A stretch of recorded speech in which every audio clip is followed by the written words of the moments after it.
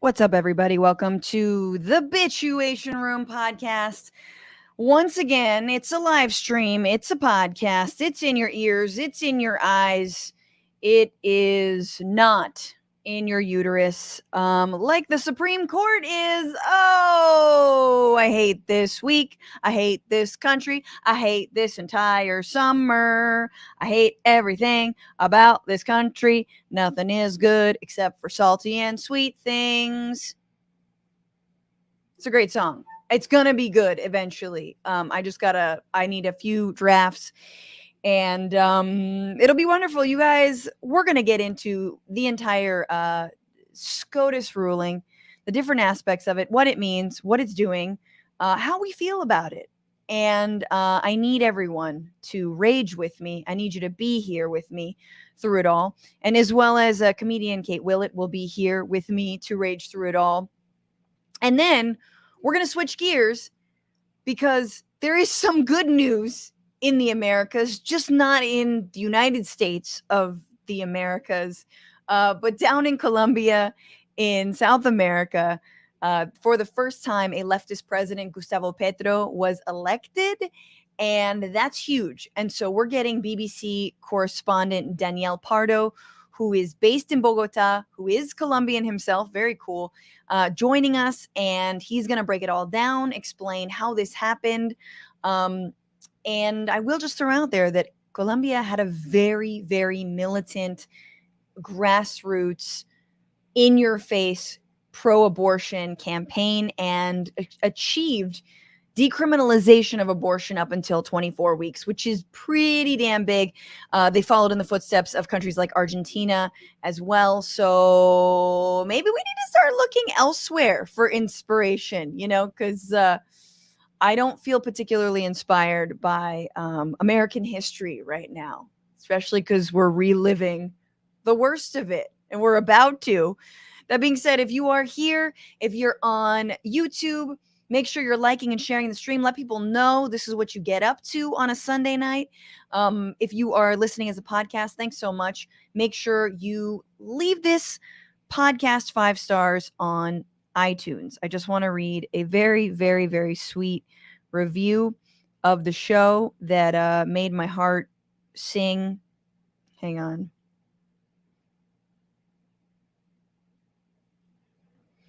This was from Clarity, who says, listing one of the things that I'm grateful for as society crumbles. I am so grateful for you and this podcast and YouTube channel. Super smart analysis interwoven with hilarity. Gotta have it. Thank you so much. As society crumbles, as the world falls down. Sorry, I'm doing the labyrinth. If you needed to know where that was from. We podcast as the world falls down. Also, Kate is going to be joining me for a special bonus bish. We may get to the stuff we couldn't get to in the main show, but specifically, Kate's very active on Twitter. She's also a comic, wonderful, and she was recently the object of like a weird YIMBY pylon. That's Yes in My Backyard, sort of like super pro development, build in every single city. No like sensitivity around affordability or no sense of affordability, just build. That's all we need. So more condos can be bought by foreign investors. Anyway, she stepped on the weirdest hornet's nest that I've ever seen on Twitter. And I want her to break it down for me, what happened, and for you guys. So become part of the Frantifa, you guys. Patreon.com/Bitchuation Room is how you do that. Support this show, you guys. This is a grassroots funded effort. I am so grateful that each and every one of you who are part of the Frantifa know that all the perks are coming, including an AMA. So please, I'll give the date for that, but send me questions, bitchuation@gmail.com or to the Patreon inbox. Let's get into whatever you want to talk about. Send it my way, and we'll do that AMA very, very soon. Hopefully, maybe the first week of July, we can do that. And as a reminder, guys, we got merch on this show. Yeah, is it tacky to try and hawk my own merch while society crumbles, as Clarity said? No, it's not. because you're supporting a underemployed woman in podcasting, woman of color in podcasting, who's pregnant. All the things, literally. So bitchuationroom.com, get your Frantifa shirts, get Bitchuation Room shirts, a tote bag, working on the bitch caps, of course. Forever working on the bitch caps. But let's, oh my God, let's get in to what you guys are bitching about, what I'm bitching about, so just reach inside your soul, take a deep breath, and let me know what's got your goat.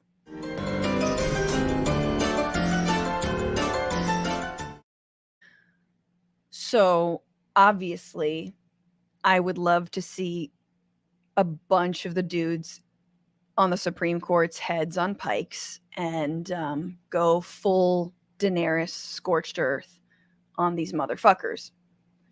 But particularly right now, as I am like 5.5 months pregnant, I am very much, this is hitting me in different ways, not just the literal kicks from the baby, but it's affecting me. And I'll tell you how it's affecting me and how crushing and angry this SCOTUS ruling makes me because of it. A lot of people, you might assume that someone who chooses to be pregnant would somehow be more pro-life. No, not the case, not my case, and not many people's cases when they become parents. If anything, it makes them way more pro-choice, way more for abortion rights, on demand, accessible, free. And of course, I say pro-life in quotation marks, but because a couple things. The idea that someone right now, okay, so let me just say, right now, the idea that I might have like something go wrong with my pregnancy. I might fall ill, right? I might find out that I have cancer. Something might be devastatingly wrong with the fetus, right? Something that would prevent it from living or prevent one of us from living. If that were to come about, heaven forbid, if I'm living in states like Utah, if I'm living in states like Ohio right now, my life is in jeopardy. Not just the fetus's life, obviously, even if it's not viable, it's me. I have to die for the minimal chance that I could bring new life into this world. Oh, wait a minute. Oh, but you're pregnant with a girl. Oh, I guess I mean, does that matter any less? Because she doesn't have as many rights anymore. So what are we talking about? In fact, I think she has the most rights now as she's in the womb than she ever will. No, baby girl, we're gonna fight for you. Don't worry about it. But so I just want to name that the terror I feel around people who need urgent care and the fact that abortion is healthcare, that administering abortions is healthcare. And late-term abortions are so rare. But when they are rare and when they exist, they're really serious and often very grave situations. Not always, but often. So that is something that's hitting harder for me right now. The other thing that's hitting harder for me is the idea, and I want Kate's opinion on this too. She's got some great stand-up about it, but the idea that you would carry to term a rapist baby, like I can feel this thing inside of me. And like even carrying to term like a fuckboy's baby would make my skin crawl. Carrying to term someone who I didn't want to like co-parent with, who I didn't want to see again, who we had a one night thing, whatever, it would make my skin crawl for 9 months. And then you birth the thing and then you have to, what happens next? Like just, that is insane to me. That is absolutely insane to me. It's disgusting. It's fascist. And it is exactly what the right-wing Christian nationalists in this country want me to feel. It's what they want all women to feel and all people who can have babies to feel. So I'm fucking bitching about that. And finally, the fact that we all know, you guys we'll follow up with the stats, but it's like the number of abortions that are sought by people who are already parents is huge. It's like, I don't know. I think it might be the majority. actually, of people who seek abortions already have a family. And guess what? In a country without paid maternity leave or childcare or fucking $15 minimum wage or affordable housing or health care, yeah, it's their right to not bring another life into this world. I feel like pro-lifers or anti-choicers are just rich people flexing. Like, is that all it is? Anyway, I'm done.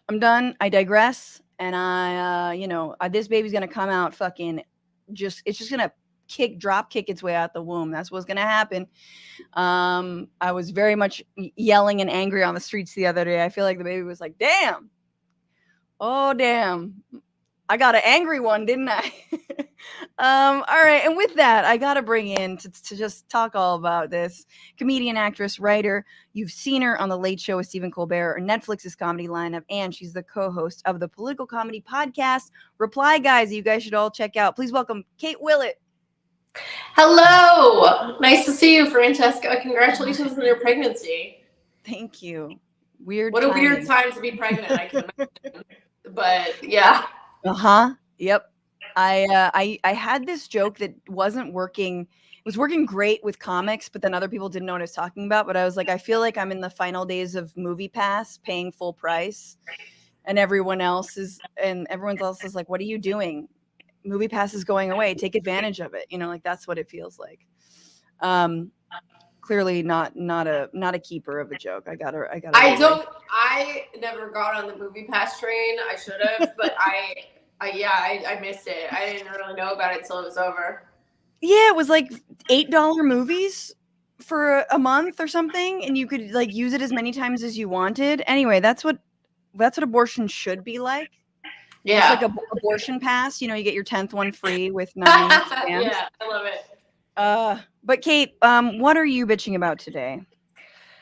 Well, gosh, I mean, there's so many things. I mean, certainly my mind has been really on this Dobbs ruling, everything that you mentioned, and I've been thinking a lot specifically about like the Biden administration's relative inaction in the face of this decision, and it's very upsetting. It's upsetting because more should be done to protect all of these people who are now being forced into birth, and many of whom will not be able to go out of state for various reasons, either because they're underage minors, or because like the like states like Illinois now have like huge backlog of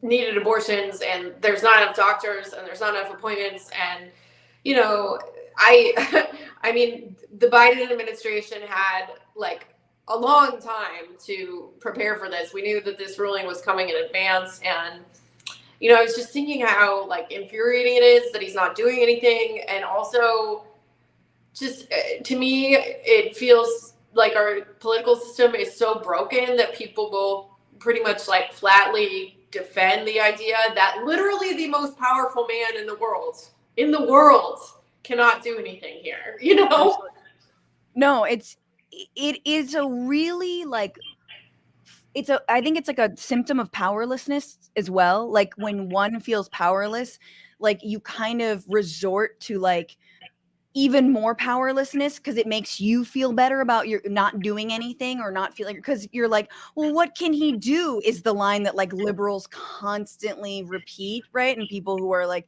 not aware of the many things he could do, if nothing else, just giving a better speech, which we'll get into. But it's this like, it's the most defeatist mess up, similar to like, well, at least sweatshop workers have jobs.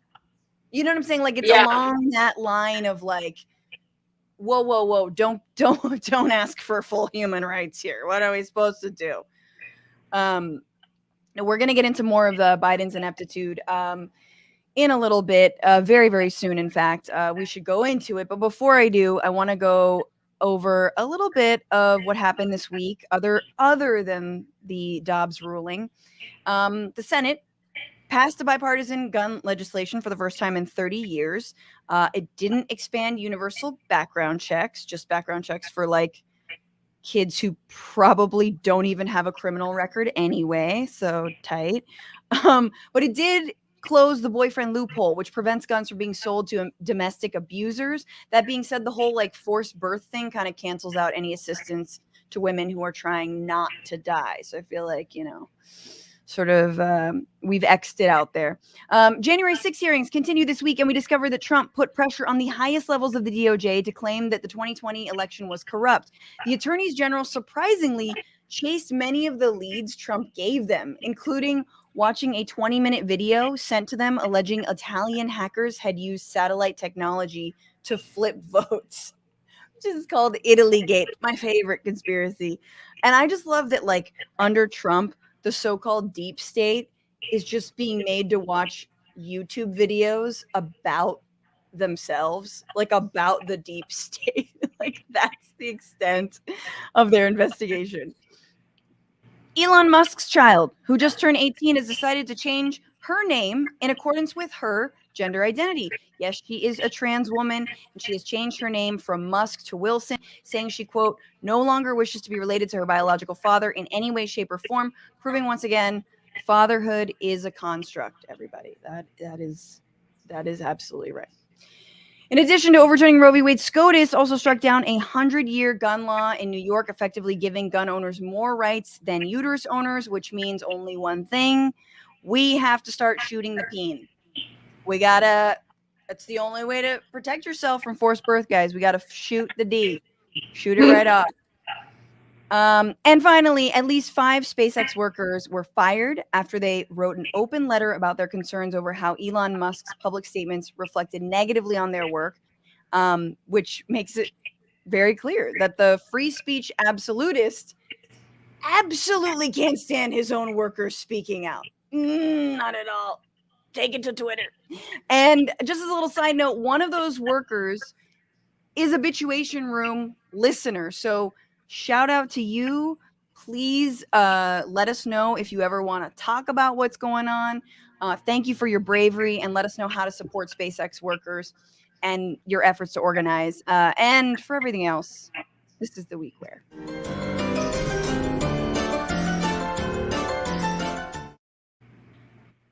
This was the week where the Supreme Court of the United States overturned Roe versus Wade, changing a 50-year precedent on the right to seek an abortion and to receive an abortion. Not that it wasn't already being chipped away at, but here we go. And it very closely follows the leaked ruling from Samuel Alito only a month and a half ago or something.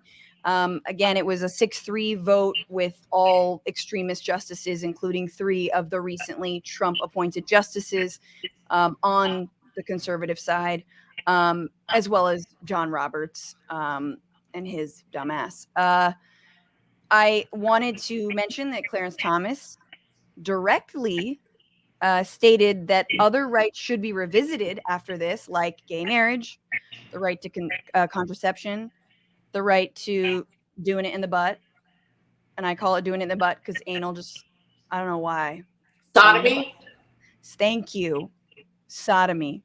See, getting all biblical on me, Kate. Shit. Yeah, exactly. Well, yeah, I mean, I'm coming at this from a deeply religious perspective. Yeah. Yeah. The holy, yes, the commandment of sodomy. Even though he didn't mention interracial marriage or the Loving versus Virginia ruling, which is very interesting. And I think he totally knows and wants to put that next because it's his only chance of getting out of any responsibility for his wife, Ginny Thomas's like seditious activities. It's like, oh, we can't even be married. I'm not even. This has been illegal. Like this. I mean, I know this is like I know you're joking, but I mean, holy shit! Like Senator John Cornyn brought up Brown versus Board, and I would not like basically the people that have said, oh, okay, the conservatives will never do this, especially the conservative legal movement. I mean, hasn't that just been the wrong take every time? Like they will not. there's not really anything that's too awful for them to do at this point, you know? Oh, absolutely. We're well into gonna be into. I mean, we already are into resegregation territory, and Yeah. that's exactly what they're going for. Obviously, there were immediate impacts of the Roe v. Wade decision. So, just so you all know, 13 states have trigger laws, which are designed to snap into effect immediately or soon after the Roe reversal. 9 states have bans that predate the 73 Supreme Court ruling that guaranteed a constitutional right to abortion. Some states have both. That's very interesting. Then you can see this map of sort of where abortion rights are protected, where they're not. Banned or mostly banned in those 9 states. We're talking, including Texas, Ohio, and Utah. Texas, by the way, is the state with the most uninsured people in the country in terms of healthcare. So, just another notch on their belt of being reactionary and wanting people to die. Then you've got states like Georgia and Iowa that are very likely to ban abortion. Michigan, where the future is unclear. But for example, a 1931 law that calls for 4 years of prison time for doctors who perform abortions and possibly for women who take medication to induce an abortion took effect Friday. Democratic Governor Gretchen Whitmer said in a statement. Whitmer, who's up for re-election, called the law antiquated and noted for now a Michigan court has put a temporary hold on the law, but that the decision is not final. She filed a lawsuit in April urging her state Supreme Court to determine whether the Constitution protects the right to abortion. What's amazing about laws that were devised in 1931 is it's like how global warming releases all these like ancient bacteria from the permafrost, Yeah. like that's what our country's going through right now. Yeah. Like once certain rights get melted away, all of these old laws of like, I don't know, if you step on a crack, you do break your mother's back. Like, I don't like just fucking random ass shit is just going into effect. Yeah. I mean, not an original point, but it's pretty wild that like we are at the point of having less reproductive rights than 50 years ago. I think it's really challenging, that like kind of fundamental liberal idea of like the arc of history bends towards justice. I mean, does it though? Certainly not automatically. No, exactly. Or that I love, I'm reminded of Condoleezza's like slavery would have ended anyway quote. Which honestly is not even that much of a right-wing belief. It is sort of a centrist belief of like things just get better, and if they don't, we ignore them. I mean, I was thinking about this today, right? Because the things often do get better over time, not always, but like if you think about something, if you think about the movement for what was at that time called gay marriage, civil rights, all of these things are, I think, broadly accepted by centrists. And at the time, people were actually in the streets fighting. Centrists were telling everybody, including, recently in like the same-sex marriage example, we're saying like, hey, you need to calm down, be patient.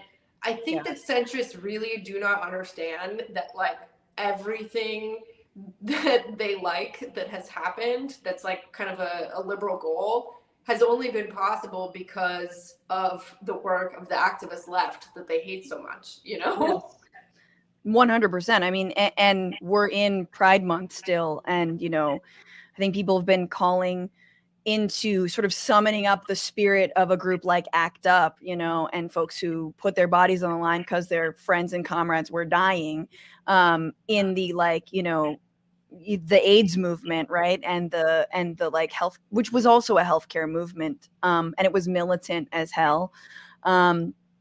And And yet I think you're right. I think there's a lot of people that once you become comfortable, you sort of like extract yourself from the general struggle and assume it's always been that way, rather than I have these rights because other people fought and died for me. And like, it's a shitty, like, I feel like it gets used against feminists a lot, a little bit of the like, you know, well, the first wave feminist movement did a lot for you. And you're like, yeah. You know, like, it's sometimes used against us asking for more. Do you know what I mean? Yeah, or people will, the right loves to bring up examples of like, oh, you think you're oppressed. Well, how about in, X country? Usually it's a racist example. But, it's like the movement to, get our rights back, that we lost is certainly going to need to involve, tactics outside of voting. I'm not saying don't vote, definitely vote, but I mean, voting is surely not going to be enough. And, the Democratic Party is like out here being like, vote, donate, and, all of the like sort of, stands. I mean, there seems to be sort of huge resistance, like among kind of mainstream Democrats, of like towards the tactics that will actually need to be used here. It's going to be a lot more than just voting. And I want to get into Biden's reaction a little bit and get your thoughts. First, I have to finish up with some of the funnier and also the more shrill responses to all of this. Hell yeah. So one of my favorite parts about this is some of the like outings of people who've had abortions and or use contraception the way normal people generally should and have the right to. So this is Doug Ducey, who is what is he, a senator? No, he's a representative, correct? Paige, fill me in. I'm sorry. It's been a day. Doug Ducey writing, I am proud that Arizona has been ranked the most pro-life state in the country. Here we will continue to cherish life and protect it in any way possible. Quote tweet by a woman named Neen Nab or Neenab3, writing, your son made me take Plan B after we hooked up, but carry on. Sorry, that is the governor of Arizona. See, I'm sorry to all the Arizonans. I don't know your governor. But that's the fucking governor getting called out by a hookup that his son had. And I love that so much. It's so funny. And then similarly, but kind of more significantly, as we all know, Republicans have been responsible for many an abortion. They just don't speak about it now. All of their mistresses, probably at one point or another. Donald Trump, for sure. Oh, yeah. I don't know about Mike Pence. I feel like Pence is probably like, I don't even think that dude fucks his own wife. So like, I think. No, he calls her mother. Yeah. That's not a passionate relationship going on. No. Mike Pence is doing victory laps right now, by the way. It's disgusting. Yeah, I don't mean to push you onto a tangent, but it is so weird that like as depressed as we feel, there are people that feel so happy right now. Like I'm thinking about how I felt after Obergefell. Mm-hmm. I don't know how do you say it. I don't know. Obergefell. I just learned. Yeah, I mean, just like this, like elation, and it's so creepy to me. There's people who feel that way right now. It reminds me, I'm like, it's like, are you all like 12 years old and went to like a cool youth group from like a shitty Christian ministry and you were like, wow, I like really, because I did that too. And I'm like, that's the level of delusion that I feel like these people are in. Like, just like everything is Christian rock and great. And like, there's cute boys, but like, you won't touch them, like that's the like, yay life. I don't know.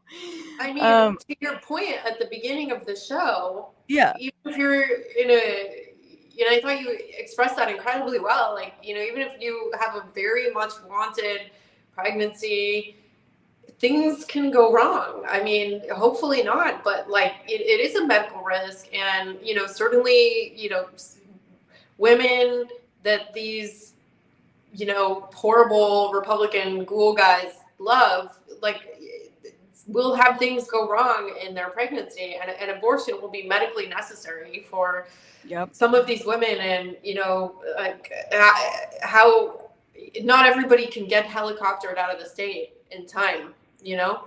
Absolutely. And are they prepared to sort of say goodbye to their loved ones? It's Both. so sad.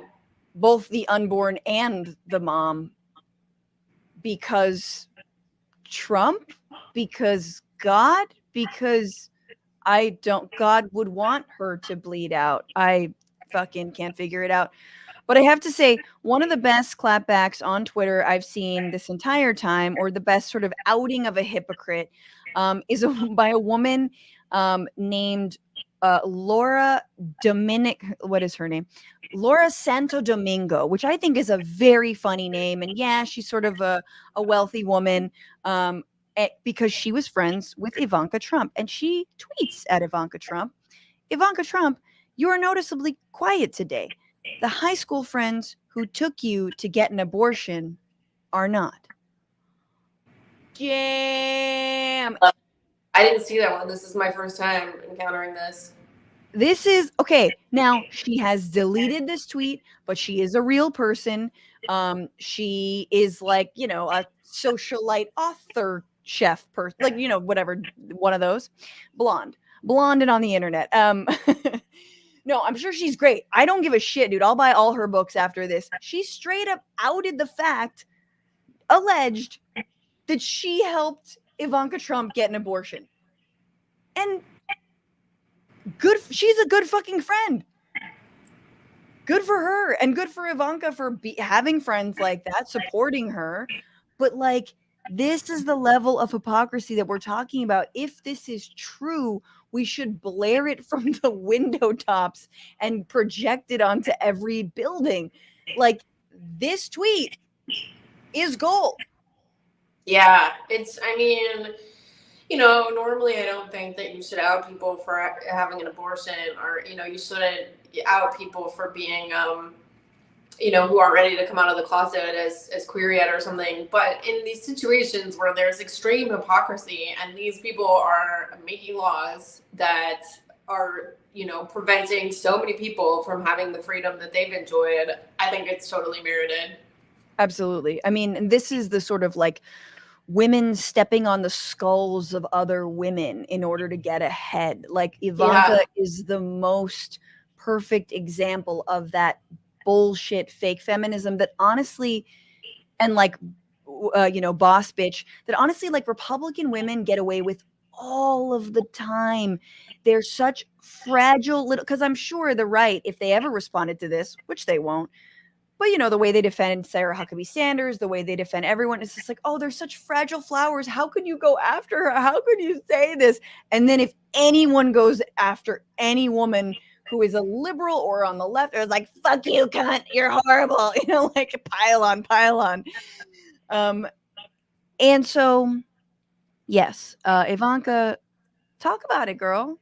Yeah, I mean, you know, that's like the cool thing to do, really, is to shout your abortion. Yeah, let's hear about it. Ivanka's like taking a picture of herself in the shirt, you know. Shout your abortion, Ivanka. Let's get it started on hashtag. That's how I speak now that I'm about to be a mom. Let's do a hashtag about it. Yeah. But okay, so why don't we get into let's just go real deep, real hard in the crazy paint, Kate, for a moment, because Utah is one of the states that fully has banned abortions, and one of their state representatives, Carrie-Ann Lisenby, took it upon herself to opine about what is and is not in a woman's control in terms of her own body, because she received a text message or a message to her office saying, hey, why don't you regulate penises? And she had the perfect comeback. Take a look. That I clearly don't trust women enough to make choices to control their own body. And my response is, I do trust women enough to control when they allow a man to ejaculate, so inside of them, and to control that intake of semen. So that may be inflammatory, but I think as a legislature, we have the responsibility to create a legal framework that is friendly in supporting rights.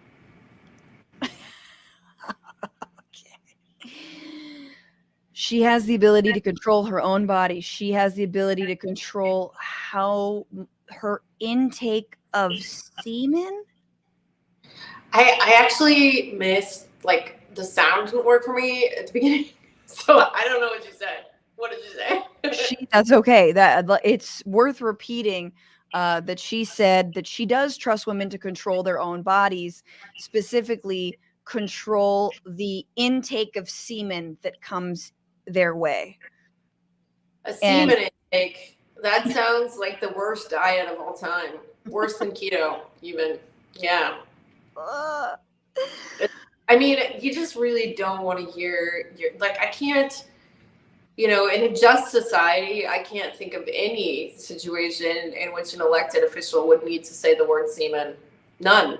No, not at all. And it's, it also kind of makes me like, it makes me wonder whether conversations back then, especially we talked about sodomy laws, like how were people talking about this, and how, when Roe was passed, were we just like throwing around the word semen and cum and ejaculation? I don't think so.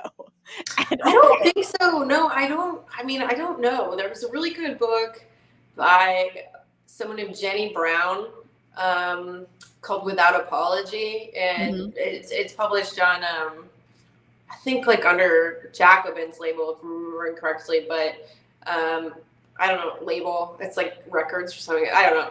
Jacobin's company. Sure. But she goes into the history of how abortion was talked about. And, an amazing thing about it is just like, for so long, it just like wasn't a big deal. Like, even like at the kind of like founding of the United States, it was considered very normal to have, an early term abortion. Yeah. I do want to get back to the question at hand, which is, Kate, can you control the semen intake of a part? Can you control your partner's ejaculation? I'll go first. No. Especially when there's, a lot of them. There's like, I mean, does she want to talk about pre-cum? Should we get into it? Does she want to, should we assess that whole situation? But like the idea, like, what are they going to do? Are they going to, the other night, I think last night I was like, are they going to just hand out like scoopers? Like, does every woman get like, here you go, Utah women, you just use it to scoop out the semen? That's not the Utah accent, but it should be. Well, I think that the goal is that nobody has sex except to reproduce. I mean, like, that's very much what I learned as a young Catholic. And, I think that, sex for pleasure is out. Like, that's part of the reason that Clarence Thomas is talking about contraception, that sex for pleasure is a privilege for the rich only. And, the rest of us, just have to fuck when we make babies or something. Like, even married couples, so you're not really supposed to be doing that with each other.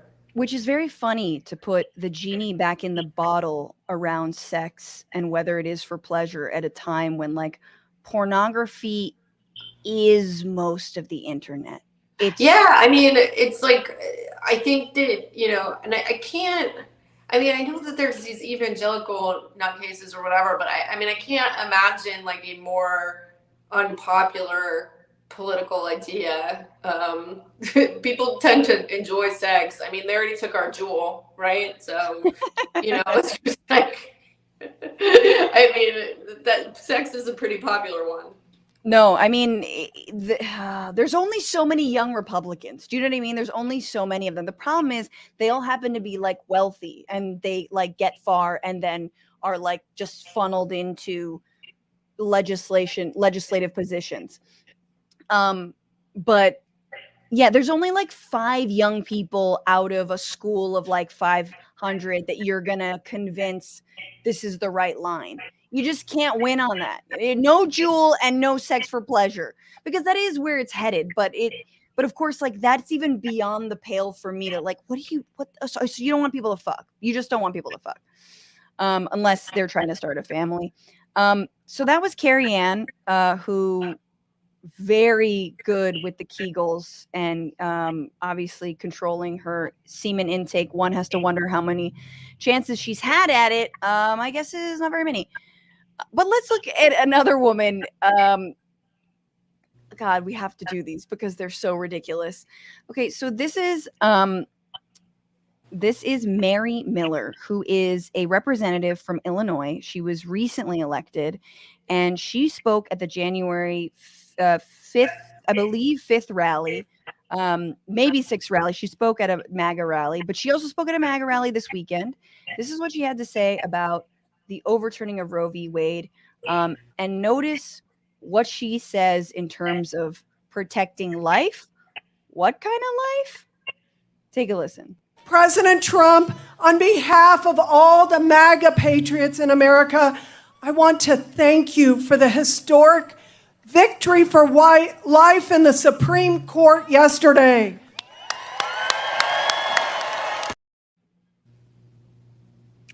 White life. Now, I've seen this many times. Here's what I will say. I do think that she probably misspoke. But that being said, two things. One, she did not correct herself when she said, thank you for protecting white life. And also, it is the most Freudian slip because we know that ultimately this is this weird ploy, even though it's honestly Black and brown women and women who are disproportionately poor, who are not going to be able to access abortions. But this is a play to make sure we continue the white race. Yeah. And you know, it's like, even if she misspoke or something, I mean, the crowd was cheering. It's not like people were like, holy shit, how did you say that? You know, I mean, it was obviously a crowd that was extremely receptive to the words that came out of her mouth. Absolutely. White life. She claims that she was trying to say the right to life. And I get it. Right, white, very similar. Also happened to be kind of handy because you did get an applause break. And let's be real, Mary Miller, this is what she was saying in and around January 6th about Hitler. You know, if we win a few elections, we're still going to be losing unless we win the hearts and minds of our children. This is the battle. Hitler was right on one thing. He said, whoever has the youth has the future. Our children are being propagandized. Okay, so calling out the so-called good things about Hitler. Tight. Yeah, I mean, it's like, you know, an overused word, but has there ever been a bigger dog whistle there? Anytime you draw out carve-outs for Hitler's good qualities, you're like, nope, nobody does that unless you're a Nazi. Yeah, surely there's, I mean, you know, there's the classic, what is it, Bette Midler song, I believe the children are our future. She could have easily gone with that example, you know, so. Many to choose from. Yeah, certainly a lot of people have talked about the importance of kids. So no need to really bring Hitler into it, I think. I'm pretty sure if just go to goodquotes.com, there's like so many quotes about kids. I'm sure. All right, well, let's get into what the hell the Democrats have done, what they're doing. Kate, you mentioned your disappointment at Biden's response. I do want to look at his speech and give him all the lack of credit that he deserves. So here he is. His initial response is, you need to vote. The only way we can secure a woman's right to choose, the balance that existed, is for Congress to restore the protections of Roe v. Wade as federal law. No executive action from the president can do that. And if Congress, as it appears, lacks the votes to do that now, voters need to make their voices heard. So it's not on me or us. It's on you. not me, us. Hey, I'm using a Bernieism. Yeah. I mean, personally, I'm very upset right now, so I'm sure it's influencing some, in some way. But I mean, I just find this to be absolutely disgusting, to ask for our vote while not doing his job. I mean, like, if I don't do my job, or if you don't do your job, like the times that we've worked for an employer, like, you get fired for not doing your job. And, it's like, I don't know. I mean, people love to kind of talk about the political constraints, but I mean, I'd like to see him trying and failing at least, Absolutely. I mean, I think, to be honest with you, I was on the fence before this decision came down in terms of whether I thought Biden should run again. Just cause whatever. I guess he did it once, do it again. And then we'll get someone, really good, 2028 kind of thing. And this has put me firmly in that he should not at all be president camp. No, he won't win. I mean, his approval rating with, like, I was looking at it today, his approval rating with people under 34, like 18 to 34, is it's like 25%. Like, the young people are mad, and you can't win without that entire demographic, Absolutely. And as they should be. I mean, I think I was at a demo the other day, and a 13-year-old girl got on the mic.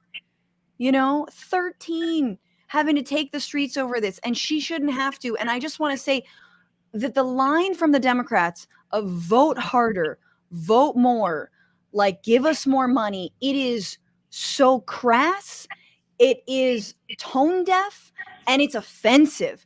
And, like, you can talk about voting, that's fine, but you have to actually give us something to vote for. Anything, literally do anything, but don't rest on, like, well, remember the one-time child tax credit? We had that thing that we expired anyway. We didn't fight for. We did things. Yeah, and we see that they have, infinity money for war. We see that they can immediately pass legislation to make it illegal to protest in front of, a Supreme Court justice's house. Like, I mean, I mean, especially I don't want to say coming out, because we're still in it. Like, this pandemic, it's like, Biden largely ran on being able to get COVID under control, and it's still not. And I mean, it's, what a miserable failure of a president, in my opinion. Yeah. And you mentioned people under 24. Here's a young woman speaking. 34. Like, under a lot of people. Yeah. So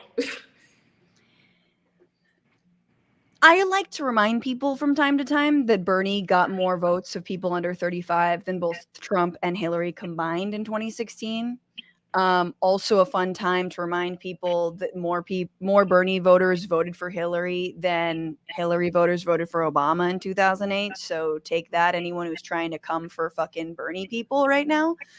It doesn't matter to them. I mean, it's like, I think, like, I don't remember the exact percentages, but definitely over 70% of Bernie voters voted for Clinton and Biden. I think also maybe even substantially higher than that. It's a safe estimate. And, you still see people, like, blaming Bernie voters for this. It's like, I mean, it's such a false, that's not why it happened.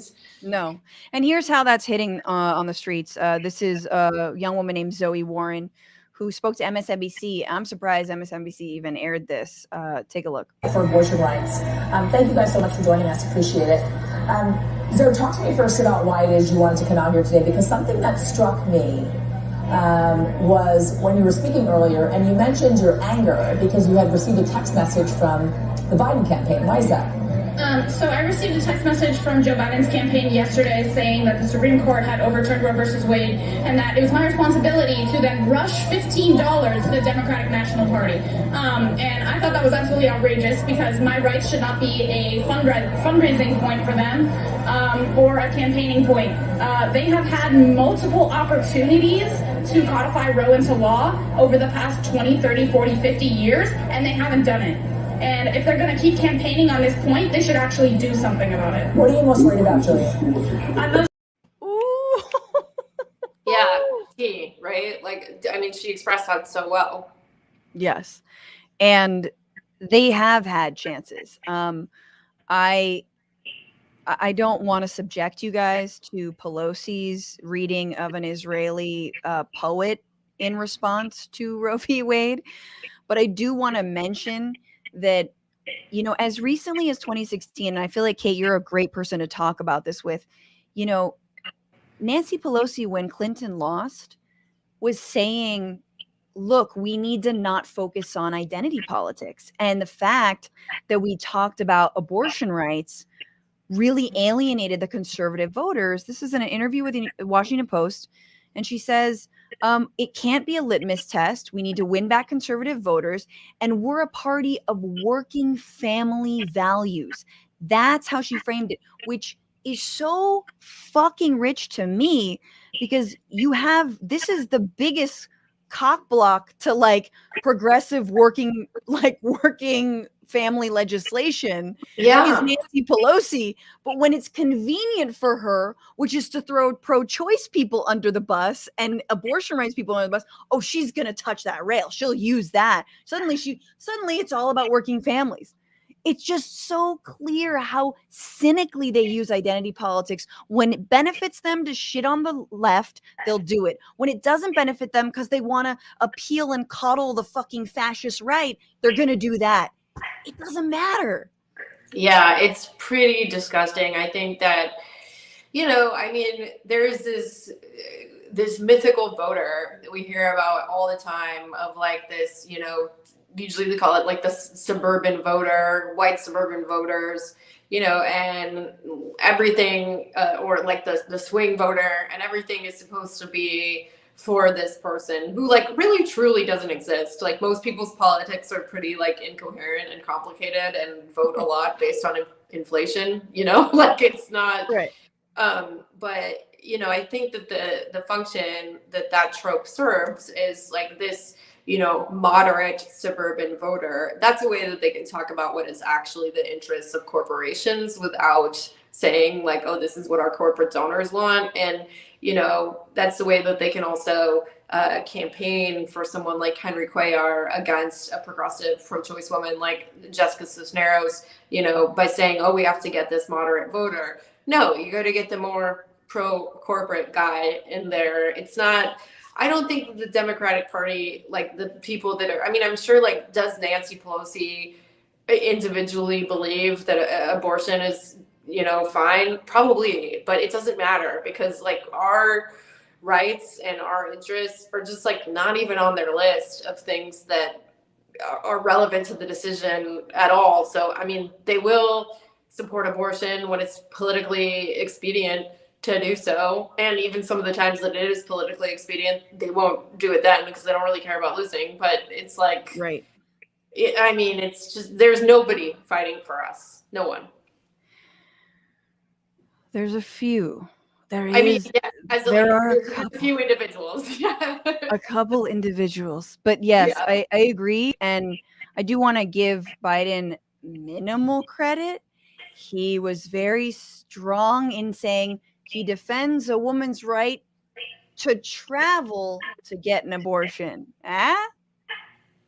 Yeah, I mean, Biden has, like, to me, one of the most disappointing moments in the 2020 election was seeing, you know, feminist orgs and prominent feminists refuse to endorse Bernie Sanders when it was down to just Biden and Bernie. And part of the reason that upset me so much is because Biden's track record on abortion is pretty bad. Like the Hyde Amendment, I mean, just, you know, people who listen to the show probably know what that is, but it prevents, you know, federal funding for abortion. And, you know, the Senator Henry Hyde, like explicitly out loud stated like, hey, I'd love to prevent everyone from getting abortions, but you know, we can't. The only people who can really have control over getting abortions is, you know, poor women. We can prevent them by preventing Medicaid from covering it. And Biden supported this until 19, and that's a direct attack on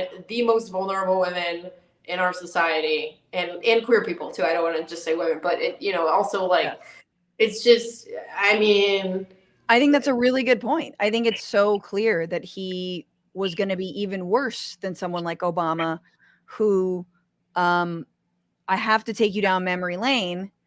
In 2007, on the campaign trail, this is what he was promising Planned Parenthood, specifically one attendee who was very worried in 2007 and said, we need to codify Roe. And so, yeah, what happened?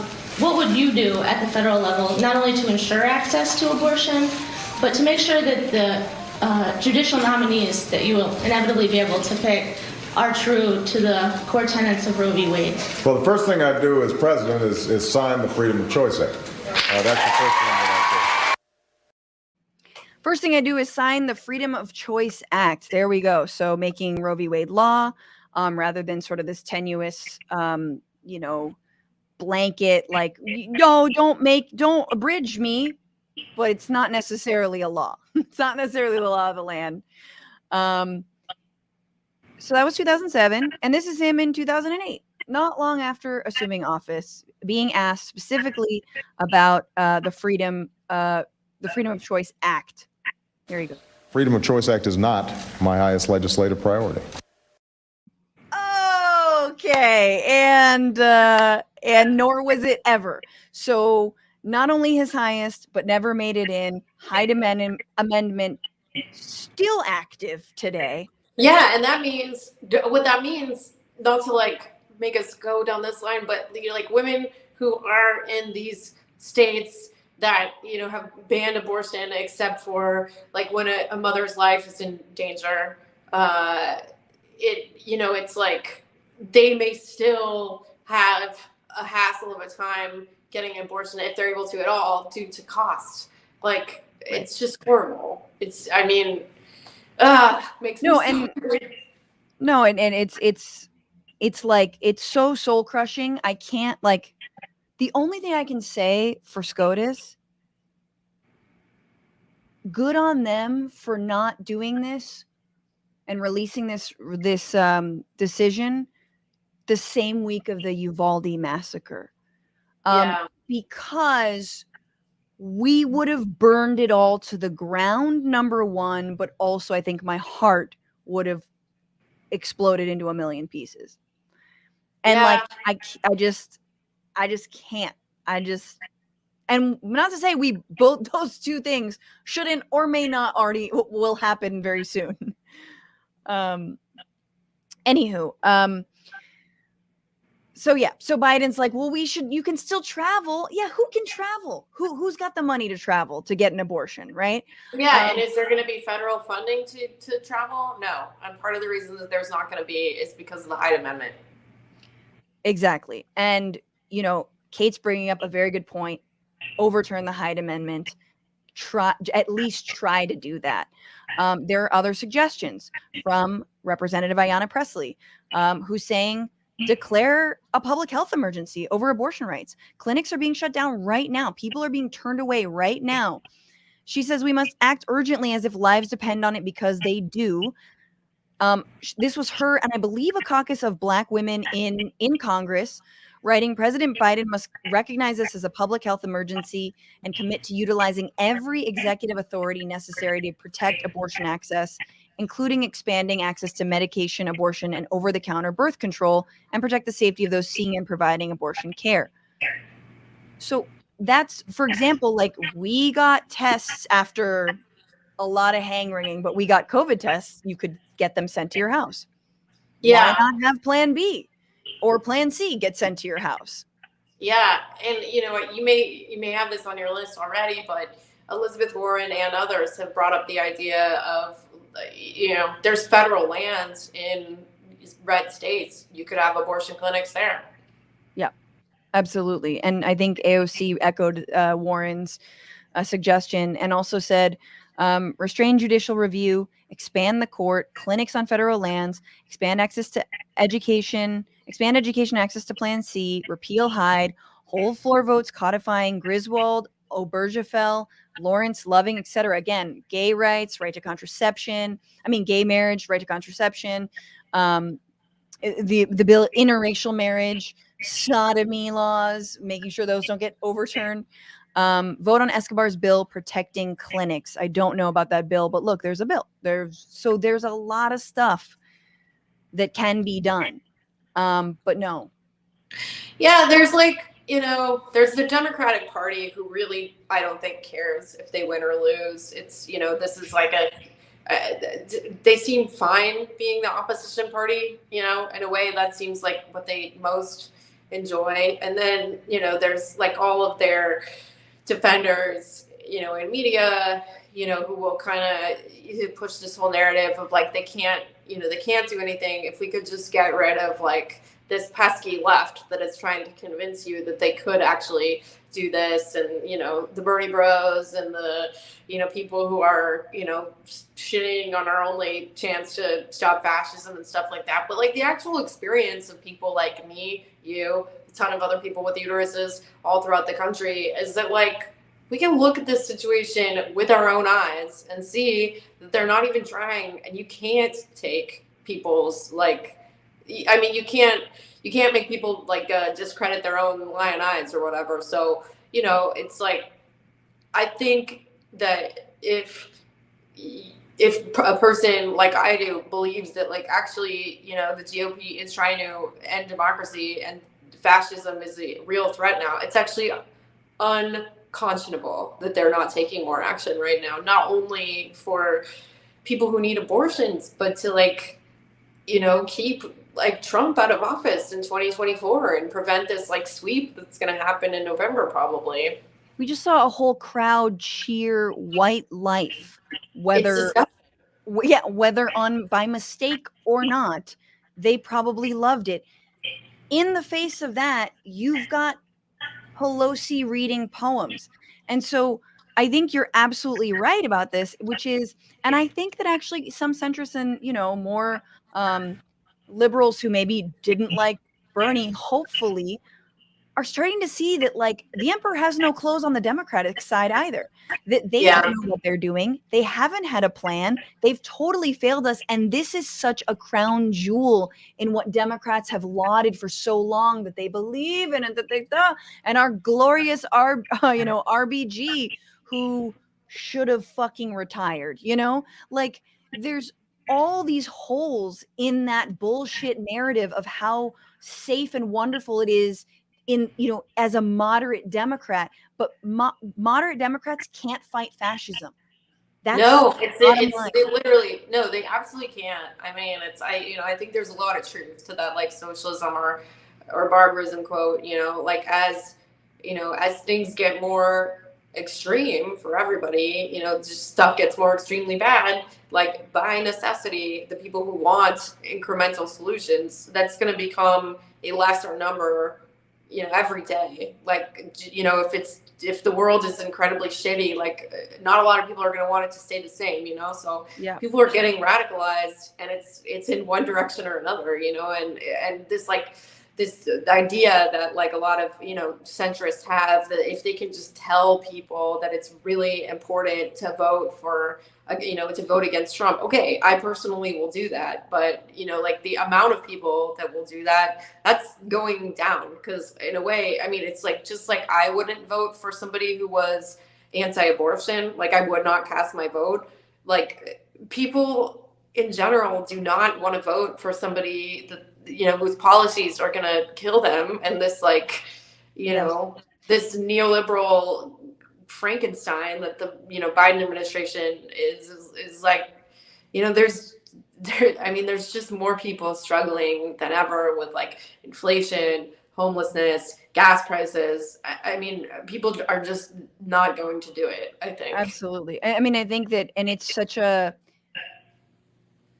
cynical, patronizing response to say, well, kind of, it's on you. It's on you, poor people, for not reinvesting in a system that's never invested in you or given you what you've asked for. It's on you, young people who are constantly blamed for low turnout, even though there's been no reason for them to come out and vote. Now, personally, and on this show, and I think people know, I'm absolutely, I think voting is an offensive mechanism 9 times out of 10. And you're lucky if, I feel even in my lifetime, just seeing someone like Sanders run at the presidency is amazing. And to be able to vote in the primaries, my hopes, has been amazing. But like, I reject sort of some leftists who are like, you just want us to vote Democrat. I want you to vote strategically against fascism. Yes. But in my mind, the strategy against fascism is to vote for progressives and leftists. But that being said, in our 2-party winner take all bullshit system, you're going to have to vote for a fucking, I can't even say Buttigieg, but you know what I mean? Like that's where we're at. So it's like, the left playing for capital. You're gonna have to vote for, Yeah. Yeah. So, but it's true that like you see these young people in the streets and you're like, yo, you can't blame them if they're not seeing anything. It's just going to depress turnout. And what does that mean? It doesn't mean someone's consciously not going to vote. It's that they're just not going to consciously vote. They're going to let that ballot sort of slide. They're going to not make time to go out of their way. They're going to not research candidates. They're not going to fucking make the effort because of course. Yeah, I think that, the way that this stuff gets talked about online is like, there's that everybody who doesn't vote is like an extremely engaged Bernie Sanders voter. That's not who doesn't vote. Like, most of the people who are extremely engaged with politics do vote. Like, it's, right. Like the people who are paying attention to this shit as, a hobby essentially, or compulsion, most of those people vote. Like, the people who do not vote, are like basically, just like, fuck it. It doesn't matter to me. My life is staying bad no matter what, and are not engaged because they've completely lost hope, or because the last time they voted, remember the $2,000 checks? Vote for Ossoff and Warnock. You're going to get a $2,000 check. Do you think that people forget that you promised them a $2,000 check and then didn't deliver on it? Because $2,000 is something that really mattered to a lot of people at that time, especially, and people do not forget that the last time they voted, it's the thing that they were promised to make their life better didn't occur. Right. But if you added it with the 600, it was 2,000. Yeah, but it's like centrists, awful. like both. Yeah, media people and just reply guys or whatever. They think if they can come up with the most smarty pants explanation for why Biden can't do anything, or why it actually counted as $2,000, or why RBG should have stayed in office, and it's like, there's just an increasing number of people who do not give a fuck about your smarty pants explanation because they're suffering. We think the majority of people are on Twitter. No, they're not. They're not having these debates, and you're absolutely right to call that out. That like enthusiastic Bernie supporters aren't the people who abstain. The people who abstain are overworked and haven't seen anything materially changed in their lives. Also, you don't get election day off, so maybe we work on that if we care about voting at all, or voting rights. It's so cynical. There was the John Lewis Voting Rights Act that restored, many of the protections that were taken away, have been taken away by the Supreme Court. State courts rolled back since the 1965 Voting Rights Act. And that would have been, that would have re-enfranchised, I don't know the exact number, but let's say a fuck ton of people. And they didn't pass it. And nor was there any real political pressure on, rotating villain Joe Manchin to do it, and it's like, you got to eat your vegetables with what spoon or fork? I don't have any tools with which to eat these vegetables. You fucking That's a perfect analogy. Yeah. You just like, it's so ridiculous. You're so right on that. It's just like, and we can't just shout that back. You can't even protect voting rights. You fucks who tell us to just vote harder. I want to end by saying I do believe in voting harder. I believe in voting harder against do-nothing Democrats. I believe in holding their feet to the fire. Individual candidates who you believe in, you like, absolutely. And I also want to direct people before we leave this segment to abortionfunds.org, to wewon'tgoback.com, which is where you can go to actually see where you can take the streets. Abortion Funds is where you can directly support clinics that are still operating.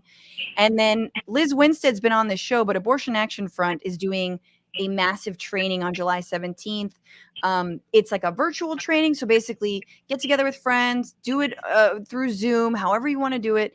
But you get trained up on all kinds of ways that you can directly make a long haul plan to get active. And that is being an escort at clinics. That could be making phone calls on the weekly, daily, whatever it is to different legislators.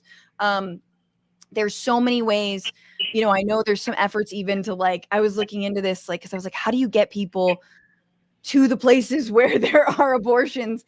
And I've got miles, I want to help someone out who could just use those miles, get on a plane. And so I've seen those efforts starting up. So there's a lot that's being done. We can't be too hopeless, even though we can be mad as hell. Yeah, I think it's good to remember that there's been a lot of really great people working on this for a long time. And, it's yeah, I mean, there's a lot of people that care about this issue, and like Liz and like the people at abortion funds, have been figuring out how to get people across state lines, pay for their hotel rooms, and Yes. honestly, even if you don't have the time or energy to do ongoing activism, which is great if you do, but just even fucking throwing a few $100 to these abortion funds, particularly if you can do it every so often or whatever, but anything helps. This all directly goes. That's the cool thing about abortion funds, is the money directly goes to getting people abortions. Right. Absolutely. And with that, Kate, I believe, will still be here when we come back from our interview. We got to switch gears and talk about Colombia, which is actually a country that won abortion rights, as I mentioned earlier, this year, just in February of this year, and then elected a leftist president. I'm joined by Daniel Pardo to break it all down. This is The Sitch.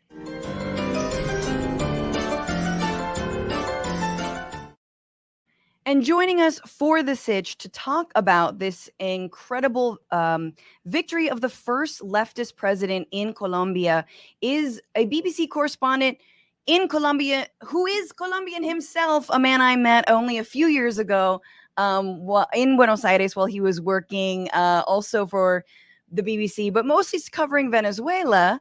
Daniel Pardo, please welcome Daniel Pardo. There we go. I got it.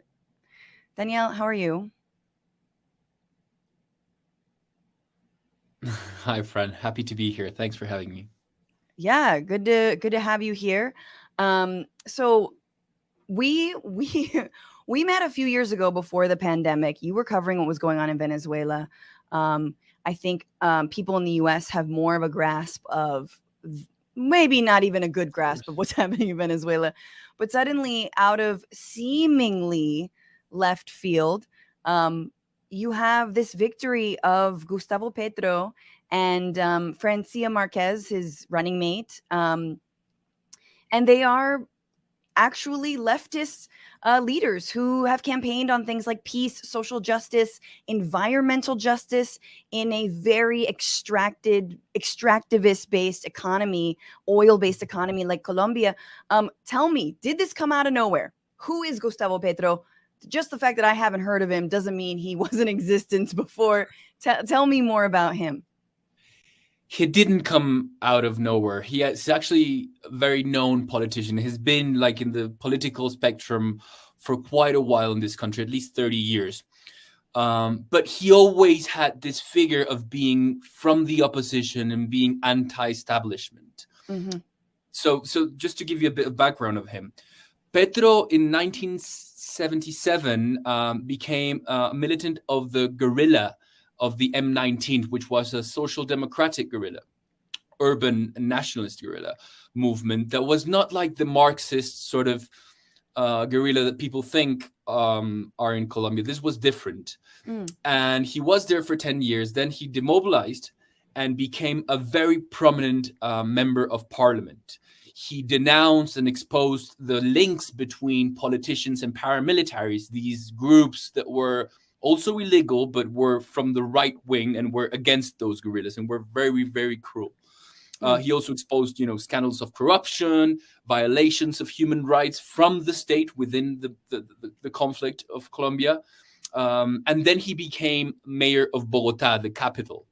And he was a very contentious and polemic and polarizing figure because obviously he had a very different agenda to what people were used to in this country. Then he started building this new figure who was trying to become more moderate and more, trying to congregate different spectrums, different branches of political thinking to become president. And that's the buildup. In the last 8 years, he's been trying to build this coalition, which finally made it into the presidency, which is historical because, as you were saying, Colombia has never had a purely leftist president in power. So it's huge. So he was building this coalition with maybe more moderate candidates, people who weren't as to the left as he was. And that actually worked out for him. Are people afraid that might compromise his values? Or is that sort of what has to be done when you want to gain, that kind of political traction? There's a bit of everything of what you said, President, because I think that Petro has become quite moderate in the ways that he does politics, right? So he is more pragmatic in the sense that he, builds alliances with people from the political establishment. That doesn't mean that he sacrificed his core, lines of thinking that have to do with social justice, global warming, and inequality. Especially, this is the most unequal country in Latin America and one of the most unequal countries in the world. And that is the main problem that he wants to address. Obviously, it's not going to be easy. There's no re-election in Colombia, and the period's only 4 years. But that is his main thing, and I don't think that has changed. But we're going to see. So you can't be re-elected. Yeah, there's a term limit. One term, 4 years. That's what you get. So sorry, I cut you off there, but I just wanted to highlight, I don't think a lot of people think of Colombia as one of the most unequal countries in Latin America, which is saying quite a lot considering you've got Brazil and Argentina and these other places that have incredible wealth, but then also incredible poverty. Yeah, indeed. I mean, Colombia it's always rare and it's always difficult to explain.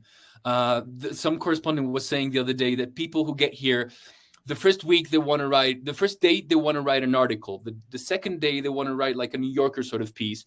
And the next month they don't want to write anything because it's so layered and complicated and full of gray areas that it's difficult to explain. But Colombia is a very fragmented country. And starting with the fact that geographically, it has all sorts of regions that are very different from each other, like two coasts, Andes, savannas, and the jungle. So it's very diverse in terms of geography and biology, but also culturally and politically and economically. So the country is fragmented in every way possible. And that, in a way, has generated a huge gap between the rich areas and the poor areas. The rich areas are in the Andes, which is where I am, Bogota, although Bogota is always different. But the Andes are the rich place, and the two coasts, the Pacific coast and the Caribbean coasts, are less rich. That means that, and that's where Petro won, actually. Petro is his place is the two coasts, whereas Rodolfo Hernandez, the guy who was in the second round, won in the Andes. So that gap that is in every term, like cultural, political, and economic, it's part of the source of that huge inequality that I think that during the pandemic became so evident, so cruel, that people just started to get sick of it, started protesting, and it became and it materialized in Petro's election. So I just want to point out that's really interesting because he being the former mayor of Bogota, where the Andes is, where Hernandez did well, he didn't actually necessarily carry that same area. You're saying that like Hernandez did better in those areas. Bogota is like the mole within the Andes because Okay. it's a very cosmopolitan and a very open, diverse city. So, and it always, not always, but in the last 20 years has voted for the left. So Bogota is that bit that is different in the Andes. The rest of the Andes, so all the coffee the rich burbs, industry, for instance, which is well known internationally, is that right-wing sort of constituency, which voted for Álvaro Uribe, who used to be the president here. It's a very popular figure, used to be, from the right in this country, which people might know from abroad. I remember protesting Uribe from the United States, specifically when Coca-Cola and other countries were like murdering union activists. And, we were signing these free trade agreements with the United States. Colombia is sort of in my mind as like, the place where global financial capitalism is leading to all this death. Anyway, but that's farther down the line. No, that's a point because Petro, in a way, wants to change that, and he's addressing that, especially like Francia Marquez, his vice president, who is, the first Afro vice president. Well, she's everything new. Everything that was not represented in this country for 200 years is her. And her background is social activism and environmentalism on the grounds of these, multinational companies that came here and extracted all sorts of things, including gold that from the region of Francia. So yeah, that is a good point that you remember that, because those are the things that hugely capitalist society and economic system that used to be Colombia, now it's going to be into question, and Petro is going to, tackle that at least. I don't know if he's going to be able to change it, but he's going to, I mean, it's incredible for her victory. I mean, with the two of them is very momentous, especially because of how much, environmental activists in South America and Latin America generally are targeted, are murdered. So the fact that she even survived to this point to be able to be elected. And I was reading about how much she, got funds and votes from abroad, from a lot of Afro-Colombians and other Colombians who live in like New York City. She was campaigning there, for example. It's pretty incredible. And I remember what it was now. It was Plan Colombia that we were all like protesting. It was like, no to Plan Colombia, blah, blah, blah, blah. We lost that fight. And lost it until now. Until maybe now. But I do want to talk about, so what happened? What was the perfect storm that led to Petro's election? 2021, I know there was mass uprisings or protests. And how was that related to the pandemic? And how was that related to just issues that Colombia had been dealing with for many years? You can even go further back, I think. In 1991, so basically in the 80s, what people know abroad is that Colombia was going, it was all about drug dealing. And drug dealing got into the political and economic system in a way that no other industry did. And in 1989, that generated huge violence. One of the most prominent presidential candidates was killed.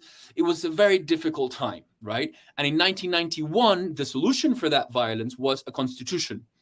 That constitution was very representative of what Colombia is. So very diverse, very progressive, very trying to involve all those people who were excluded for so many, centuries, really. But it didn't take place. Like the constitution was too ahead of its time. And for the last 30 years, Colombia has been trying to put in place that project of a, diverse, multi-ethnic, multicultural country. And I think that gradually the country has been able to accept the possibility of a politician who represents that, like Petro, in power. Obviously, yes, in the past 6 years, there's that change has gone faster. And I think that's because first, the peace agreement that the state signed with the FARC rebels in 2016, I think that even though that was not a perfect agreement and the violence is still in place, that opened the door, that opened the window for new sort of worries, preoccupations for Colombians. This is a country that was obsessed with war and conflict and, the Cold War sort of logics between, communists against capitalists. Right. And all presidents were elected on that agenda in this country. The conflict was always the main topic of campaigning and elections. This time, it's the first time that the campaign was not about war. It was all about inequality, global warming, social rights, abortion, things like that, normal sort of things of a country, right? So I think that buildup has been going on for the last 30 years. Colombia getting to be a normal country. And then the pandemic, with all this said, the pandemic, showed how poverty is as big as, one of the biggest in Latin America in this country. 50% of people are poor, how inequality is so huge. And one of the main problems here and in other countries in Latin America as well is informality in terms of labor. Right. Half of workers don't have a contract, and they have to, get their money from whatever they find the same day that they need the money, right? So when lockdowns came up, obviously people didn't have any source of income, and the state here doesn't have the capacity or even the tradition to give people assistance in situations like that one. So that generated a very complicated situation, which resulted in these wave of protests in 2019, but after in 2021, which were the most massive and complicated ones. And I think that Petro was, I wouldn't say that Petro is the result of those protests, because he was not the main leader of them, and people who were protesting were critical of them as well. But I do think that the political process that has been going on and that showed that Colombians do protest and do have a link with the political system does result in Petro's election, if you know what I mean.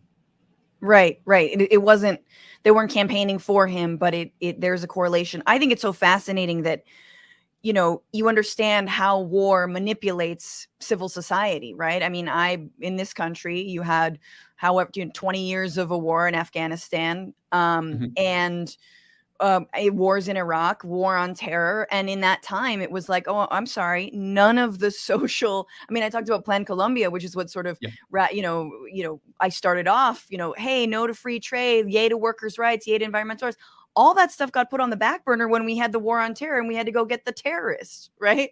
So it's amazing. And now Colombia has been living in that state of mentality for so many decades that finally, when there's this glimpse of, hey, let's put this behind us, you have these openings, to actually talk and address real day-to-day issues for people. And I guess I wanted to ask you more about, I think you wrote on Twitter something about like new generations of voters and like how young people have impacted this vote. Can you talk about that?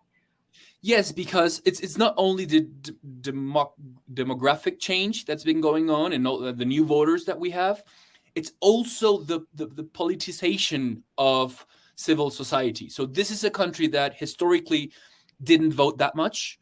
Turnout was about between 40 and 50%, which is like really low.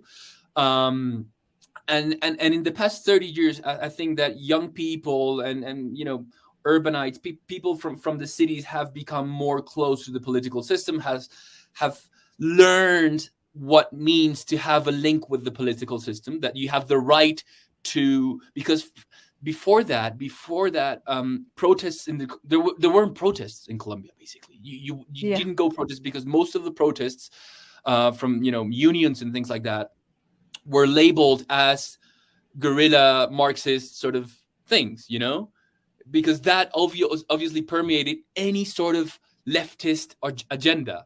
So there was no, and obviously unionists here are not as many. We have the lowest rate of union representation in Latin America. Wow. So so it's part of the normalization to get people involved, to get people voting. So yes, I think that this time Colombia showed that they have evolutionized and changed and grown up in a way as a democracy, which is pretty big.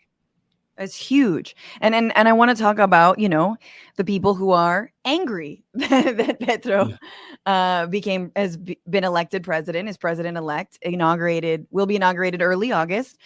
And that's sort of some of the, the industries that he's maybe not taking aim at, but saying that we need to sort of put the brakes on. So he's even said things like no new oil and gas expansion, which, as someone who's seen a lot of, sort of left-leaning presidents come into power in Latin America and being like, okay, but, 50% of the economy or exports of Colombia are oil. What is this bind? So how real is the move away from extractive capitalism in Colombia, and how much pressure is he going to be under to not move away? And what could you move toward? Like, sort of, what is that like balancing act here, especially when it comes to oil and natural resources and his desire for environmental justice? I think the intention that he's got is real. He is someone who is partly obsessed with this. He did a master's in Europe when he was exiled on climate change and so forth. And he really cares about it. And I think that he's going to do as much as possible. The thing is that possible is really low because, as you say, the biggest income for the state here and for the country in general is oil production. And Colombia is not one of the biggest generators of gas as the US is, so it's weird that Colombia cuts their production of oil when other countries are generating more gas. So it's a tricky one that I think, and he doesn't get a very solvent sort of state right now. There's a huge deficit, there's a huge debt, so it's not that he's rich and he's going to be able to just stop exploration and so forth. So we're going to have to see how does it go. He says that his government is the first government of several ones that are going to give transition to this country. So his project, even though that he's only going to be in power, at least that's what we know, according to the Constitution, only 4 years, his project is longer. And it needs to be longer because it's really deep rooted. It's a very ambitious project to change a whole industry, to change a whole economy that's been in place for hundreds of years. Well, it's not going to be easy. So we're going to see how doable it is. What's interesting is that in the rest of the region, there's going to be sort of consensus for that because, as we were saying before, most countries right now are governed by leftist and progressive politicians. So there's going to be consensus into tackling this and trying to give countries like the US and the European Union, a message to say, look, we are threatened here, and this is the Amazon, and this is important to address, and we need to change it. We'll see how it goes. It's interesting. And he said as much recently, I believe, said something like, the United States needs to play a role and come to the table and understand effectively that they're the largest emitters of carbon in the hemisphere and in the world. And so it can't all be on Colombia to like stop, and I think that it doesn't feel like so we're not going to stop. It feels like, so what do we do? And I've always argued, and I think a lot of global South countries have also argued, of course, and I've looked at what they've said, which is you need to pay these countries, you need to pay us to not and extract and develop because, and help us, with the tools to reorganize the economy, maybe on renewable energies, maybe on other things, and of course, being the backyard of the United States, then being the backyard of all these neoliberal free trade agreements, which is just like export, monoculture, monocrop, it's not like a lot of countries like Colombia have a wide variety. They have so much richness, but the dependency is on only one thing, which happens to be destroying the planet and, and their countries. So it's just, I am curious because it's not only you have these new leftist leaders coming to power, but it's different than the Chavez and the Morales moment. It is a Boric Petro, new moment that you feel like, okay, maybe we can get this done for real. And not like a pink, like, oh, now we're full Marxist. No, that's not what I mean. But like, truly think of a transition for these economies that is more just for the people and for the environment. Yeah, the difference between that wave, the pink wave, so-called pink wave in the region is huge, which was at the beginning of this century when Chavez and Lula and Evo Morales were in power.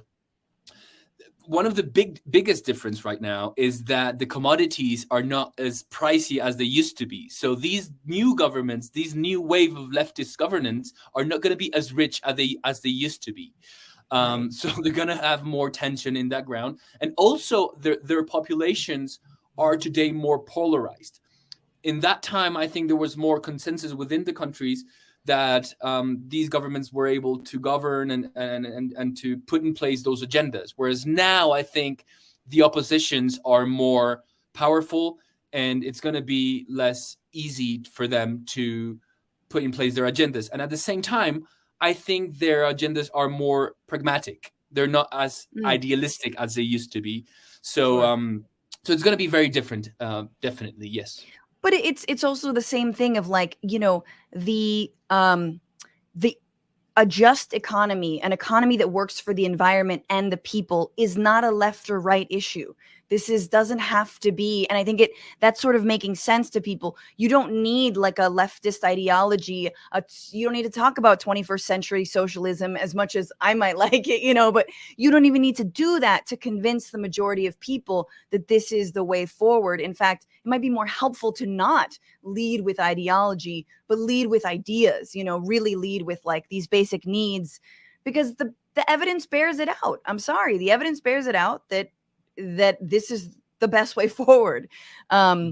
Anyway, that's just my thoughts. I wanted to ask you, okay, so before I ask you about the right in Colombia, but 4 years only for Gustavo Petro, does that mean he tees up Francia Marquez to succeed him?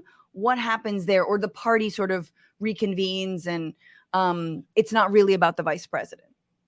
No, it is. I think Francia Marquez has huge potential politically in this country because she represents so many people that weren't represented. So her link to them is going to be huge, and it's going to be very difficult for someone to, take that constituency from her. Even if the government's not great, I think that she's just so fresh because she's different in every sense. She's not only Afro, her color of her skin is not only different from the previous hundreds of governments that there's been in power in this country, but also she dresses differently, she speaks differently, she has a different agenda. Everything is so fresh from her that the possibility that she's Petro's successor is huge. The problem is that Petro has a personality that he showed during the mayorship of Bogota. I don't know if that's the word. And he's very contentious, he's very polemic, and people, he generates lots of a very strong opposition from all branches of the political spectrum. So if his presidency is as contentious and as chaotic as was the Bogota mayor, I don't know if they have a future, at least in the next term. So that is one of the questions. And one of the worries of many people was that I'm not going to vote for Petro because I don't want to elect a hardline right as the next president, like a Bolsonaro or something like that. So it's like it really depends on how it goes. It's funny because that's how I feel in this country, except I feel that with shitty Democrats. Like, I don't want to re-elect Biden because he's going to do nothing for 4 more years. And then we're definitely going to have Trump again, or we're definitely going to have someone awful. Because at least you guys might get something done. Petro might get something done, even if he will piss people off. It's like, I don't know. Coming from the United States, I'm like, it's better to piss people off and get something done so you can actually excite people rather than doing very, very little and exciting no one. And there's a huge, as I was saying before, this country is trying to grow up as a democracy. So even if they don't achieve anything, the debate about those things, it's quite important, and it's also a development for a country. You know, growing up as a democracy in terms of the political culture of citizens is important, and I think that Petro's election is going to contribute, in a sense, for that. I love this, Danielle. Thank you so much for taking the time. Is there anything you wanted to add that we didn't get to that people should know? No, just come to Colombia and see it. It's a beautiful, diverse nature here is amazing. So yeah, do come here and give us a shout. Oh my God, don't tell me twice. I've been wanting to go for so long. Everybody follow Danielle at Pardo, Pardo, Daniel, Daniel on Twitter. His reporting is wonderful. Again, very rare to have a English language journalist writing for the BBC who is actually from and living where he is reporting about. And that's what I've always appreciated about Danielle. He's also done a really great job writing about Venezuela. And we didn't even get to touch on that. But maybe you can come back one day when that, of course, blows up again. Exactly. Okay. Take care, Danielle. Hey, take care indeed. That was the sitch with Danielle Pardo. Yes, a pre-record, as you could tell from my sloppy handling of the handoffs. This is what it looks like. We're still here. We've got one more segment. Kate Willet. Hello. Hello. How you doing? I'm doing good. I'm excited to talk about this subject. I have so many thoughts. Our final subject or the bonus? Are you teasing up your Yimby bonus? Oh yeah, that's what I was talking about. Yeah, stay tuned for that bonus because I'm gonna spill tea. There we go. Stay tuned. Kate found herself on the receiving end of a weird yes in my backyard. It's got to be the strangest subculture online. I was floored when I saw what was going on. And also, and I will talk about it in the bonus. So Bitchuation Room, patreon.com/Bitchuation Room. Get at it of $2 a month, $5 a month, whatever you can afford. Please, come on over, support this show and all the awesome people that we have on it, including Kate. And with that, let's do our final fun segment. We gotta just bring it up. Although I'm heartened by what happened in Colombia, I'm very excited for that country.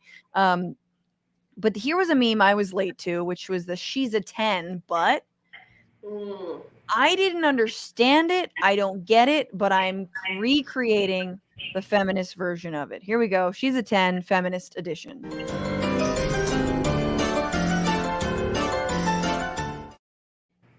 Kate, what was this meme? The she's a 10, it was like, I'm trying to think of some good examples, but it was like she's a 10 and then plus some deal breaker quality. I kind of tuned most of it out, so I don't really have any good examples of jokes, but there were some funny ones. I hate the like rating people on a 1 to 10 scale thing, so I kind of tuned out.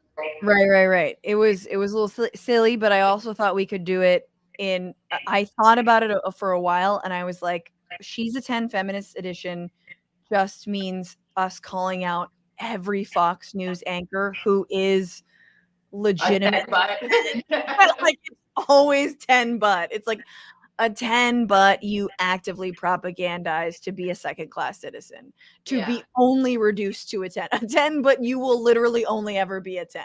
That's all you'll be. I saw Kayleigh McEnany on a train once when I was on my way to DC. She was traveling also in coach class, weirdly, but I think it was just crazy because she's so stunningly beautiful and just one of the most evil people in the country. Yeah. And like just nonstop like diarrhea coming out of her mouth. Yeah. And nothing but propaganda. But like, what is that? Like, why? You could skate by on your good looks and not be a piece of shit. Yeah, she could easily have been just like an actress or something, or even a regular news person, not a fashy news person. Exactly, not a fashy one. So I said she's a 10. This is my version. She's a 10, but Murdoch signs her paychecks. I love it. I'm supposed to do one? If you would like, yes.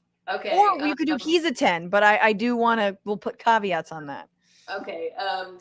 She's a 10, but she thinks that the Dobbs decision is a victory for the family. The sanctity of the family. Yeah. She's a 10, but she's a turf. That's a perfect one. Yeah. And very true. She's a 10. Mine is she's a 10, but she's got a yellow heart next to her name, and it doesn't mean she's part of the beehive. Oh gosh, yeah. She's a 10, but she campaigned for Connor Lamb. She's a 10. Oh, go ahead. I'm sorry. I was going to say she's a 10, but she didn't resign from the highest court in the land when she should have. Yeah, she's a 10, and she didn't even do it when she had terminal cancer. Oh, Ruth. Like when I was at the marches and people were like, Ruth sent us. I'm like, nah. Like, yeah. Bless her legacy. She fought very hard. Just a little, didn't stick the landing. Oh, I will shit talk RBG these days. I mean, definitely she did some good stuff, but I mean, the idea that people are still defending her decision not to retire, like in light of what happened, what the hell, man? You can have she's a 10, but she's an RPG apologist at this point. So awesome. She's a 10, but she thinks women can control their semen intake. JK, yeah. She's like a 3. Yeah, she's a 10, but she thinks Johnny Depp is a helpless victim. Okay, she's a 10, but she thinks Amber Heard is 150% telling the truth. Because I have to say, that's also the other end of the spectrum. Yeah, definitely. I mean, there's for sure some psycho Amber Heard people, but the Johnny Depp thing was like a paid influencer campaign, which was really weird. That was very strange. The court TV really had like a fucking moment in like a great month. They just had, they were like, is this my time? You know what I mean? All these people were like, should I change my hair? Like it was very, every goddamn day. I do want to say that there is he's a 10s, but my favorite tweet about this is from Shenanigans Love, who writes, he's a 10, but no man is a 10. This is propaganda. Please educate yourself. Yeah, definitely. I think that, it's hard to imagine, like, even being attracted to a guy who's, like, a 10, because, I don't know, there's just, like, something about a guy who's a 10 where it's, like... Well, he's usually not into women, so there's that. Yes, exactly. That's a big part of it. But even if they are into women, it's, like, I don't know. I think, like, we've normalized, like, women being like very vain, but it's still off-putting in a man sometimes. That's interesting. That's an interesting like defense of male vanity, of like, because I totally agree with you. Like I couldn't be with anyone who was like too into the way they looked. Yeah, exactly. Or like who really knew that they were hot. I'm like, I used to have like a joke. It wasn't a great joke, but it was like a hot guys make me feel like a praying mantis. Like I want to like fuck them, but immediately kill them. Yeah, it's like this is fun, but don't tell anybody, and I don't really want to see you again. I was dating this really hot guy that lived in San Francisco for a while. He was incredibly he was just absolutely gorgeous, and I actually hated dating him for that reason. Like, if anything, he was like a good person, and I should have been more open-minded about it. But like, I would like bring him to comedy shows, and people would just always be like, "Why is he so attractive?" Like, and I just explain your face. Yeah, I wanted to be the pretty one, I guess. Yeah. I like that. I wanted to be the pretty one. My he's a 10s. Okay, we have to wrap, but I just want to say he's a 10, but he can't keep a condom on. Oh, that's bad. Like, I mean, the stealthing now so common. Like, yeah, that happened to me once in San Francisco. I was stealthed by a guy, and at that time, it was like before people were like broadly talking about that as a phenomenon, you know. And now, I mean, that's with this like Roe stuff. There's a whole other level to it at this point. I mean, my God, the stealthing, and it's not even like there's also like gaslighty stealthing of like, oh, but it doesn't feel good, or I just oops, or like please, you know what I mean? Like, oh, I can't keep, like, there's a million different ways that happens. Oh yeah, absolutely. He's a 10, but he thinks that voting is sufficient. He's a 10, but he keeps telling women the right way to protest. Oh yeah, yeah. He's a 10, but he is sending fundraising texts for Democrats today. God, someone is behind those texts. And the only person I'm like Warnock, okay, because you need to beat Herschel Walker, but that's it. Anyway, Kate Willett, everybody follow Kate on the internets, on Twitter, and on, like, watch her specials. She's amazing, has probably one of the best bits around abortion rights, I think, of any comic working today. At Kate Willett is her handle. Kate, what else? Anything else to plug? I have a podcast where it's a leftist feminist comedy podcast called Reply Guys. And, you know, every week we have like different leftist organizers on, sometimes journalists, occasionally a comedian. Francesca's been on the show. We talked about the dumb left, as in the people who are like, what if we're just actually right-wing now? So yeah, but it's a fun show. I really enjoy doing it with my friend Julia, and check it out. Reply Guys. All right. Sounds good. All right, Kate, we'll see you in the bonus. Can't wait for that story. Thank you so much for being here. Thank you all for being here for this very extended Bitchuation room. Holy shit, you got it all.